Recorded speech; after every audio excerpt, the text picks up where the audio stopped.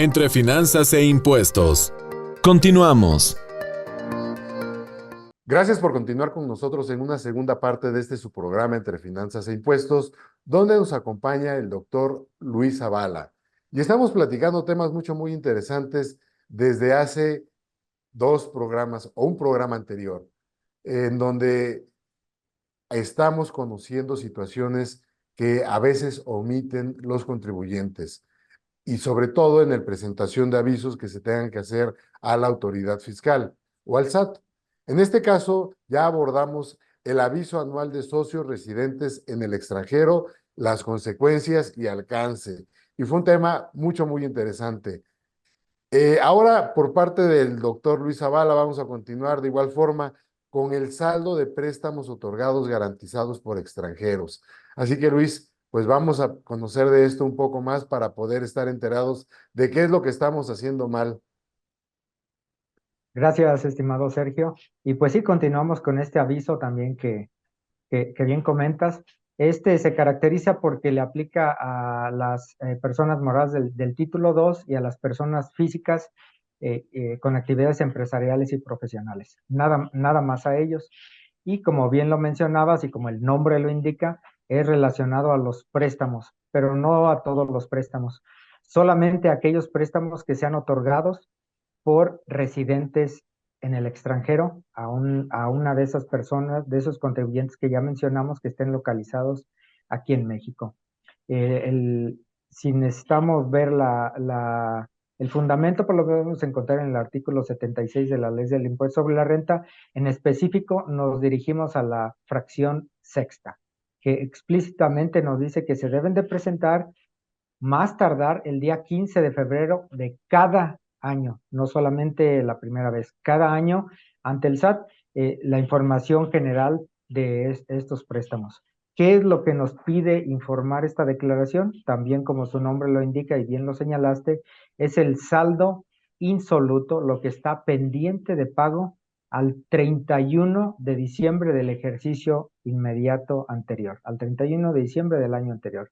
¿Y qué es lo que tenemos que informar? El saldo de los préstamos, solamente aquellos que han sido otorgados o garantizados por extranjeros. Eso es lo que tenemos que informar.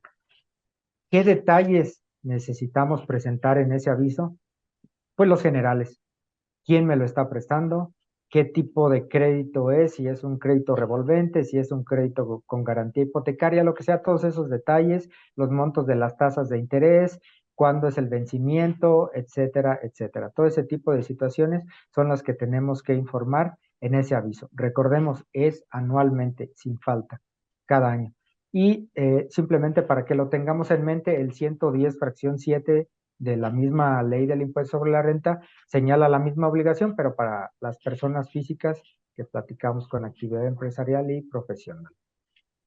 Dicho esto, y que sabemos que es una vez al año, y que les aplica solamente a los que cuando tengamos préstamos, vamos a hacer tres ejemplos muy rápidos. Digamos, algo muy común que sucede es que una persona moral del régimen general, que sea mexicana, por ejemplo, tiene dos socios y cada uno tiene el 50% de participación. Tienen la necesidad de hacer un préstamo a la empresa porque está pasando por situaciones financieras adversas y necesitan aportar una cantidad cada uno de ellos y prestan cierta cantidad cada uno de ellos en parte proporcional. Aquí la pregunta es, ¿debemos presentar declaración y de cuánto debemos de presentar la declaración? Digamos que el préstamo fueron 1,000,000 de pesos, 500,000 cada quien. La respuesta de si se debe presentar la declaración es sí. ¿Por qué sí? Porque uno de ellos es extranjero. ¿De cuánto debemos de informar?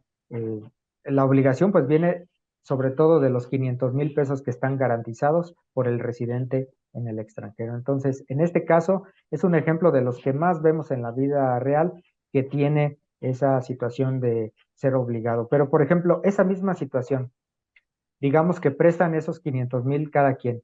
Sin embargo, los prestan el 13 de mayo del 2023 y terminan de pagarlo el 15 de septiembre del mismo 2023.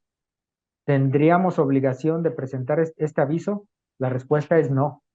¿Por qué? Porque solamente se van a presentar si al 31 de diciembre hay un saldo por pagar. En este caso, se prestó y se pagó de regreso dentro del mismo ejercicio, entonces no hay obligación. Ese es otro de los casos también comunes con los que nos presentamos. Y si hablamos de fluctuación cambiaria, en ocasiones no se presenta, sí le pagamos el 15 de septiembre al socio extranjero, pero le pagamos en lugar de los 500,000, le pagamos 499,999.99, se quedó un centavo pendiente.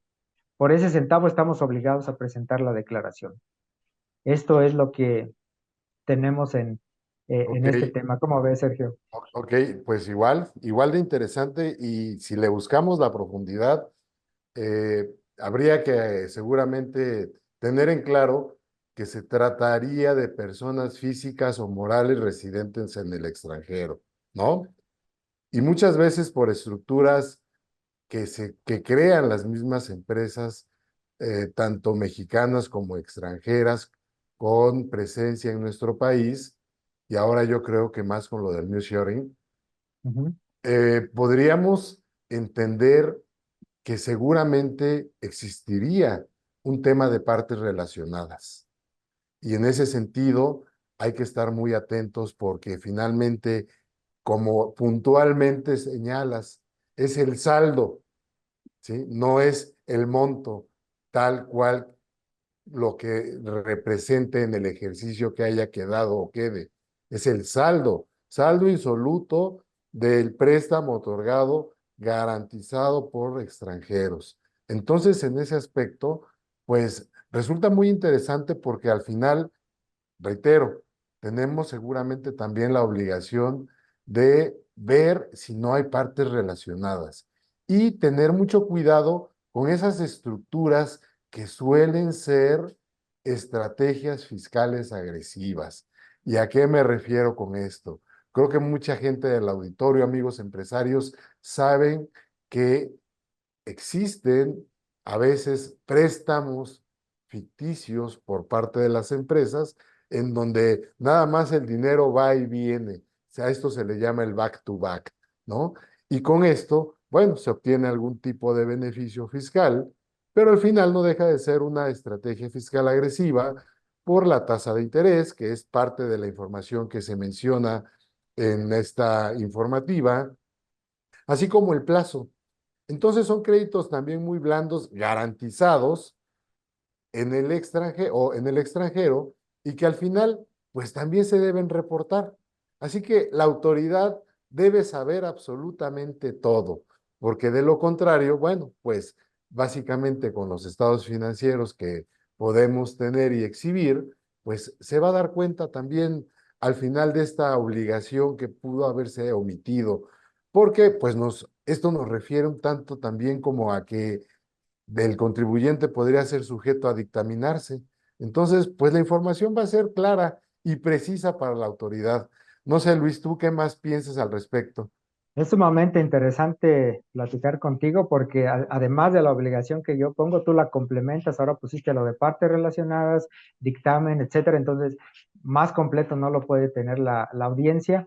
Y pues ya nada más para ponerle la cereza al pastel, lo que yo le llamo el motivante es la infracción. La infracción la podemos encontrar en el artículo 82, fracción 1, inciso B, que la multa puede ir de 1,810 a 22,400 pesos. Y aquí es interesante porque estos préstamos del extranjero que estamos teniendo actualmente eh, se está poniendo de moda. ¿Por qué? Porque las tasas de interés de Estados Unidos son más baratas y ahorita es más barato comprar dólares que mismos pesos mexicanos. Entonces, con esta combinación de circunstancias, ya hay varias empresas que están solicitando sus préstamos en Estados Unidos más que aquí en México. Entonces, es un tema de actualidad y con esto, pues, concluimos el tema. Muy bien. Sergio, y tú me indicas. No, muy bien. Vamos a continuar con el aviso por modificaciones en la estructura accionaria o societaria, que también es un gran tema y de mucha profundidad. Así que adelante, estimado Luis. Muchas gracias, Sergio. Pues sí, como bien comentas, es modificaciones. Cada vez que exista alguna modificación, tenemos que, en la estructura accionaria de la persona moral, tenemos que informarlo al SAT. Hay varias informativas que también a la Secretaría de Economía, pero en esta ocasión nos vamos a enfocar a la del SAT. Y son obligaciones que no implican tanto problema, pero hay que cumplir con ellas. Son fáciles, simplemente es conocerlas. Y es lo que estamos haciendo nosotros, ponerlas enfrente de los oyentes para que no se les pasen. Y aquí precisamente nos tenemos que ir al artículo 27 del código nuevamente en el segmento B y es la fracción sexta. Ahí es donde nos da la obligación de presentar este aviso en donde se informe la clave del RFC cada vez que tengamos modificaciones accionarias. Plazo. Tenemos esa situación. ¿Cuándo lo tenemos que informar? Tenemos 30 días hábiles para notificar, para mandar este aviso. Entonces hay que estar al pendiente. ¿Cómo se presenta el aviso? Es sencillo. Similar a los otros, entras a la página del SAT, tecleas buscar, actualiza la información de socios o accionistas y ahí te va a aparecer un botoncito de iniciar, le das clic y ahí ya vas a presentar esa información. La información es sumamente sencilla, simplemente son los datos generales del socio, el porcentaje de participación, acciones, etcétera. Es sumamente sencillo. Y algunos me preguntan oye Luis, pero lo presento y ya ahí queda, o cuándo debo de volverlo a presentar. Ya no tienes que volverlo a presentar a menos que tengas otra modificación en la estructura accionaria. Si no, no hay la obligación. Es lo que platicábamos, que es algo casuístico más que periódico. Por último, también, como en todos los demás, Sergio, si me lo permites, el artículo 81, fracción 1, es el que nos indica la infracción. No presentar los avisos tiene cierta repercusión monetaria que nos la manifiesta el artículo 82, en específico la fracción 1 y el inciso A, que va igual que el anterior de 1,810, es la más baja, pero puede ser hasta 22,400 pesos por cada aviso que no presentemos. Esta es la cereza del pastel y pues bueno, es el motivante para pagar. Bueno, y les vamos a dar otro motivante a nuestros amigos del público o desmotivante o como lo quieran llamar. Recuerden que tenemos la obligación del beneficiario controlador y en ese sentido, pues nos obliga a tener la información de la entidad tan al día como la propia contabilidad. Y en ese sentido me refiero a estos avisos por las modificaciones a la estructura societaria y que de no tenerlos, pues existen multas, las mismas situaciones que acabas de mencionar, pero ahora por el beneficiario controlador, que oscilan desde 500, 800,000 pesos y hasta 1,500,000 de pesos. Así que, pues tenemos muchos motivantes como para tomar en cuenta que esta información es sumamente importante, que no la debemos omitir en ningún momento y que a pesar de cualquier circunstancia, pues son obligaciones, son temas de cumplimiento que debemos llevar a cabo. No solamente los temas contables, fiscales, son los que involucran a las sociedades hoy en día, sino que también relacionados a los temas societarios, mercantiles y más aún refiriéndonos al beneficiario controlador, bueno, son una serie de obligaciones en cumplimiento que debemos considerar y tomar en cuenta. Así que, pues yo creo que en este sentido no habría más que agregar. Luis, no sé si tengas algún comentario adicional para poder concluir con estos temas. Y seguramente en un próximo capítulo te estaré pidiendo, amigo, que nos sigas instruyendo con más de estos temas que seguramente tienes en tu chistera guardados para que podamos conocer. Sí, nada más dos cosas más, Sergio. Me encantó platicar contigo porque yo mencionaba una obligación y tú la complementabas. Por ejemplo, ahorita la del beneficiario controlador, les estamos dando 2 por 1 a nuestro auditorio. Esa parte me gustó mucho. Y la segunda es recordarles que todas las obligaciones que platicamos en el primer capítulo y en este otro también, no tenemos que pagar un solo peso de contribución. es una obligación de hacer que nos va a quitar cantidades impresionantes de dinero, 100, 200 mil pesos platicábamos. Aquí ya ahorramos $500,000 ojalá que a alguien le pudiera beneficiar. En algunos casos hay espontaneidad, en otros desafortunadamente no, pero ojalá les haya sido de utilidad y muchísimas gracias nuevamente por la invitación. Es un honor para mí. No, hombre, Luis, al contrario, también para mí es un honor poder platicar contigo y también para cerrar el comentario, como tú lo mencionas, pues son las multas algo muy interesante que hay que considerar, pero yo creo que si no hay que pagar nada y se trata de avisos, hay que pagarle al especialista, que no cualquier persona puede precisamente hacer esto. Hay que tener una preparación, hay que tener el conocimiento adecuado. Y entonces, señor empresario, por ahorrarse unos miles o cientos de miles o hasta millones de pesos, por favor, páguele al especialista.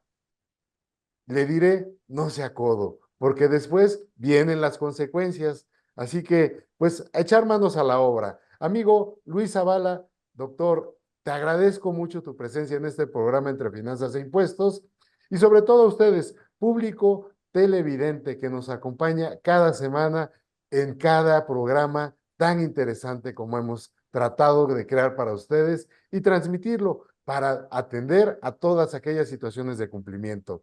Muchas gracias, Luis, te agradezco y a todos, hasta la próxima. Gracias.